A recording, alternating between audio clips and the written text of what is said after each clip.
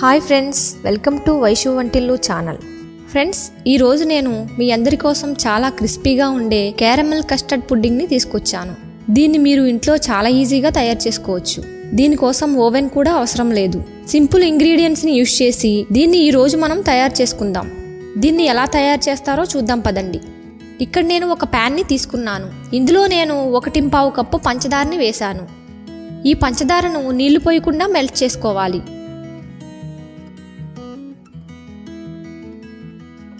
ఇక్కడ చూడండి, పంచదార ఈ విధంగా మెల్ట్ అయ్యింది. కాసేపటి తర్వాత దీని కలర్ ఈ విధంగా చేంజ్ అవ్వడం స్టార్ట్ అవుతుంది. ఇందులో మీరు నీళ్లు పోయకూడదన్న విషయాన్ని గుర్తుంచుకోండి. క్యారమెల్ టాపీకి ఉండే చాలా మంచి కలర్ దీనికి వచ్చేసింది. మనం దీన్ని ఈ కలర్ వచ్చే వరకు కుక్ చేసుకోవాలి. ఇప్పుడు మన క్యారమెల్ పూర్తిగా రెడీగా ఉంది. ఇప్పుడు మనం దీన్ని ఒక కేక్ మౌల్డ్లోకి వేసుకోవాలి.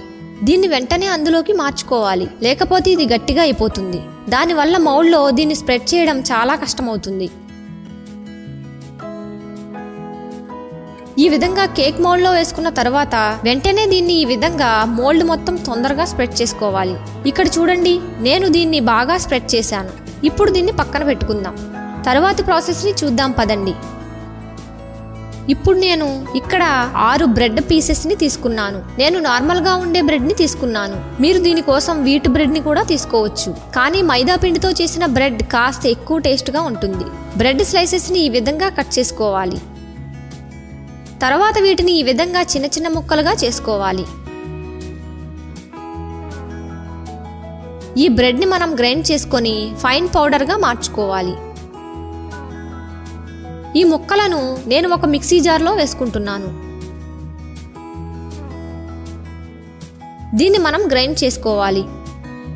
ఇక్కడ చూడండి, మన బ్రెడ్ ఫైన్ పౌడర్ రెడీ అయ్యింది. బ్రెడ్లో పెద్ద పెద్ద ముక్కలు ఉండకుండా చూసుకోవాలి. ఇలా మెత్తని పౌడర్గా మార్చుకోవాలి, లేకపోతే మీ క్యారమెల్ పుడ్డింగ్ గట్టిగా అవుతుంది. ఇక్కడ నేను ఒక ప్యాన్ని పెట్టుకున్నాను. అందులో 1.5 కప్పు పాలు పోసాను. అలాగే 1/2 కప్పు పంచదారని వేశాను. ఈ రెండింటిని బాయిల్ చేసుకోవాలి. పంచదార పాలతో పాటు బాయిల్ అయ్యే వరకు మనం కస్టర్డ్ పేస్ట్ని తయారు చేసుకుందాం. దీనికోసం నేను 4 టేబుల్ స్పూన్ల అంటే 4 పెద్ద చెంచాల కస్టర్డ్ పౌడర్ని తీసుకున్నాను. ఇందులో 1/2 కప్పు నీళ్లు పోసి బాగా కలుపుకోవాలి. ఇందులో ఎటువంటి లంప్స్ లేకుండా దీన్ని బాగా కలుపుకోవాలి. ఇక్కడ మనం స్టవ్ మీద పెట్టుకున్న పాలు పంచదార కూడా బాగా బాయిల్ అయ్యాయి. ఇప్పుడు ఇందులో మనం తయారు చేసుకున్న కస్టర్డ్ మిక్సర్ని వేసుకుందాం. ఇందులో కస్టర్డ్ని వేసుకున్నప్పుడు ఈ విధంగా కలుపుతూనే ఉండాలి. అది బాగా గుర్తుంచుకోండి. కాసేపటి తర్వాత అది బాగా కలిసి ఈ విధంగా చిక్కబడుతుంది.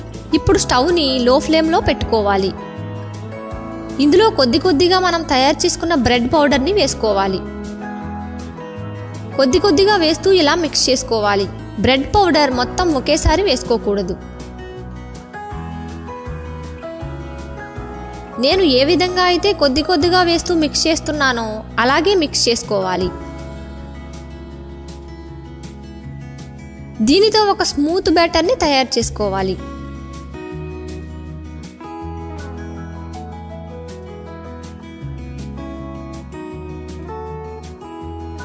ఇలా బాగా కలుపుకున్న తర్వాత స్టవ్ ఆఫ్ చేసుకోవాలి.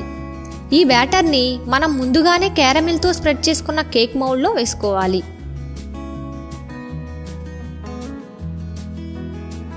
దీన్ని ఈ విధంగా ఈక్వల్గా ఉండేలా సర్దుకోవాలి. అలాగే ఈ విధంగా మౌల్డ్ని ట్యాప్ చేయడం వల్ల దానిలో ఉండే ఎయిర్ బబుల్స్ తొలగిపోతాయి.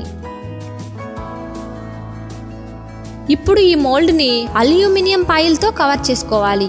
ఇది రెగ్యులర్గా మనం ఇళ్లలో యూజ్ చేసే నార్మల్ పాయిల్. ఇప్పుడు దీన్ని మనం స్టీమ్ చేసుకోవాలి. స్టీమ్ చేసుకోవడం కోసం నేను ఇక్కడ ఒక పెద్ద కడాయిని స్టవ్ మీద పెట్టుకున్నాను. అందులో నీళ్లు పోసాను. అలాగే అందులో ఒక స్టాండ్ని కూడా పెట్టుకున్నాను. ఇక్కడ నీళ్లు మరుగుతున్నాయి చూడండి. ఈ స్టాండ్ పైన మనం ఈ మౌల్డ్ని పెట్టాలి. తర్వాత ఈ బౌల్ పైన మూత పెట్టి దీన్ని 25 నిమిషాల నుండి 30 నిమిషాలు స్టీమ్ చేసుకోవాలి. కడాయిలో గనక నీళ్లు మొత్తం అయిపోతే అందులో నీళ్లు పోసుకోవడం మర్చిపోవద్దు. అరగంట తర్వాత నేను స్టీమ్ నుండి మౌల్డ్ని బయటికి తీశాను.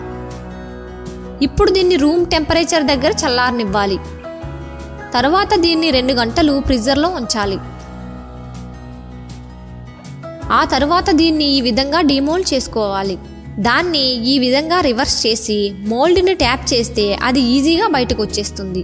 ఇక్కడ చూడండి, చాలా క్రీమీగా మరియు చాలా డిలీషియస్గా కనబడే క్యారమల్ కస్టర్డ్ పుడ్డింగ్ పూర్తిగా రెడీ అయ్యింది.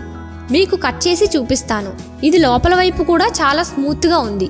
దీనిలో ఎటువంటి లంప్స్ లేవు మరియు ఇది చాలా టేస్టీగా ఉంది.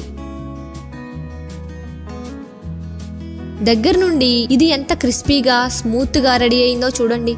మీరు కూడా ఈ కస్టర్డ్ పుడ్డింగ్ని ఇంట్లో ట్రై చేయండి. నేను చెప్పిన ఈ చిన్న చిన్న టిప్స్ని గుర్తుంచుకోండి. ఇది స్టీమ్ అయిన తర్వాత రూమ్ టెంపరేచర్ వద్ద చల్లారనివ్వాలి. దాని తర్వాత ఫ్రిడ్జర్లో దాదాపుగా 2 గంటలు ఉంచిన తర్వాతే దీన్ని డీమోల్డ్ చేసుకోవాలి.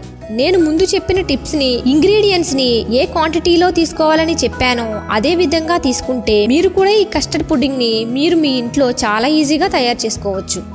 ఫ్రెండ్స్, ఈ కస్టర్డ్ పుడ్డింగ్ మీ అందరికీ కూడా నచ్చిందనుకుంటున్నాను. ఇది మీకు ఎలా అనిపించిందో నాకు కామెంట్లో తప్పకుండా తెలియచేయండి. దీన్ని మీ ఫ్రెండ్స్ అందరికీ షేర్ చేయండి. ఈ వీడియోని లైక్ చేసి మన ఛానల్ని సబ్స్క్రైబ్ చేసుకోండి. Thanks for watching.